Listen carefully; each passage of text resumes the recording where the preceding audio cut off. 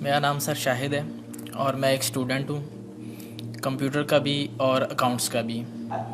میں حال ہی میں یوں سمجھیے کہ قرآن پاک کی طرف رجوع کیا میں نے اور اس کو سمجھنے کی کوشش کر رہا ہوں، لیکن ایک عجیب سی بات یہ آ رہی ہے کہ اتنا زیادہ میٹر موجود ہے قرآن پاک کو سمجھنے کے لیے بھی کہ اس کے کوئی بنیادی اصول سمجھ میں نہیں آ رہے ہیں کہ انڈرسٹینڈنگ اس کو کیسے کرنی چاہیے، سٹیپ وائز کس طرح اس کو سمجھنا چاہیے، آیا کہ ناظرہ اس کو کرنا چاہیے، احادیث سے اس کو سمجھنا چاہیے یا کیسے؟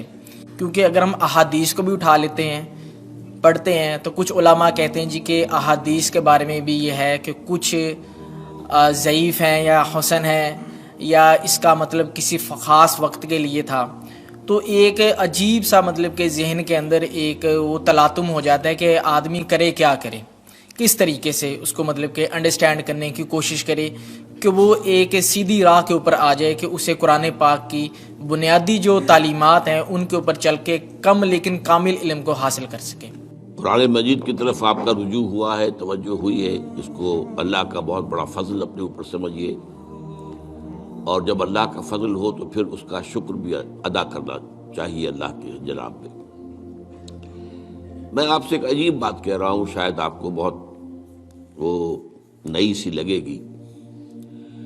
قرآن کو ایسے پڑھیے جیسے بدو پڑھتے تھے۔ بدو نہ فلسفی تھے، نہ منطقی تھے، نہ سائنسدان تھے، نہ ابھی حدیثیں ان کے پاس تھیں، نہ ابھی فقہ مرتب ہوئی تھی۔ وہ کیا تھا؟ عربی زبان، یہ ان کی اپنی تھی۔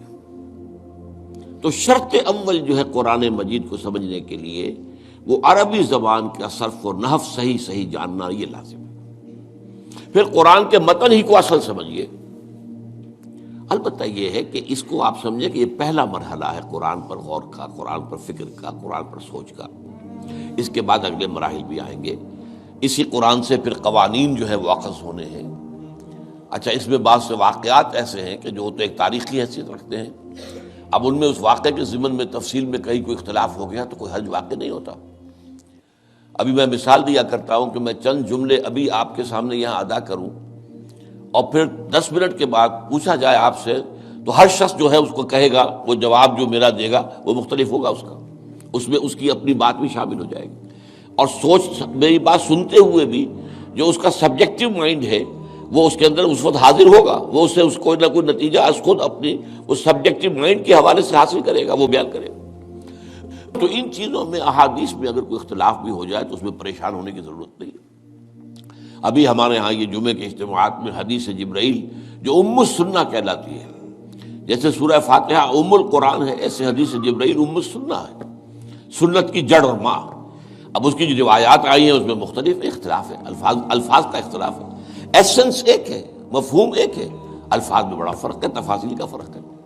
تو اس حوالے سے اس میں گھبرانے کی ضرورت نہیں ہے۔ پھر یہ کہ فقہی معاملات کے اندر اختلافات ہو گئے، وہ بھی نیچرل ہیں۔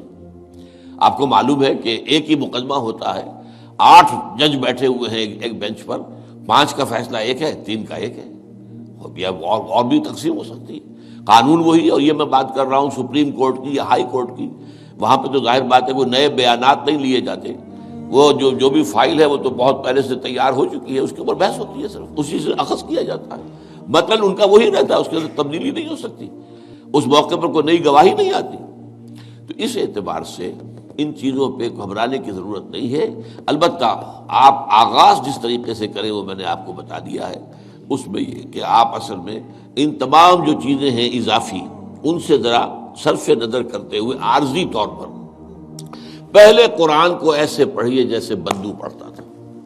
اور وہی بات تھی کہ بدو پھر جس طریقے سے موٹیویٹ ہوا ہے، بدو سے مراد میں صحابہ کو عام طور پر لفظ دے رہا ہوں، یہ ان کی اس کے لیے وہ نہ سمجھیے کوئی توہین کی بات ہے، مطلب یہ کہ میں اس معنی میں کہہ رہا ہوں کہ وہ لوگ فلسفی نہیں تھے، کوئی پڑھے لکھے لوگ نہیں تھے، بلکہ امت کا نام ہی ہے یہ جو ہے امیین، ان پڑھ لوگ، ان پڑھ، ان لیٹرڈ ون، حضور کی شان بھی یہی ہے، امی ہے۔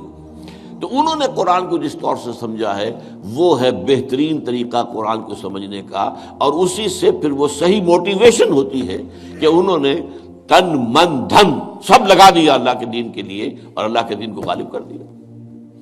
بحثوں میں پڑھ کر اور وہ جو باریکیوں میں پڑھ کر اور بال کی کھال اتار کر اور منطقی طور پر تجزیہ کر کے اور فلاں احادیث کے تقابل کے اس میں پڑھ کر علم کا تو اضافہ ہوگا، لیکن وہ انسپریشن اور موٹیویشن جو ہے وہ اس کے اندر نہیں رہے گی۔ دین کی بات پھیلانا صدقہ جاریہ ہے، ثواب کی نیت سے ویڈیو کو شیئر ضرور کیجیے۔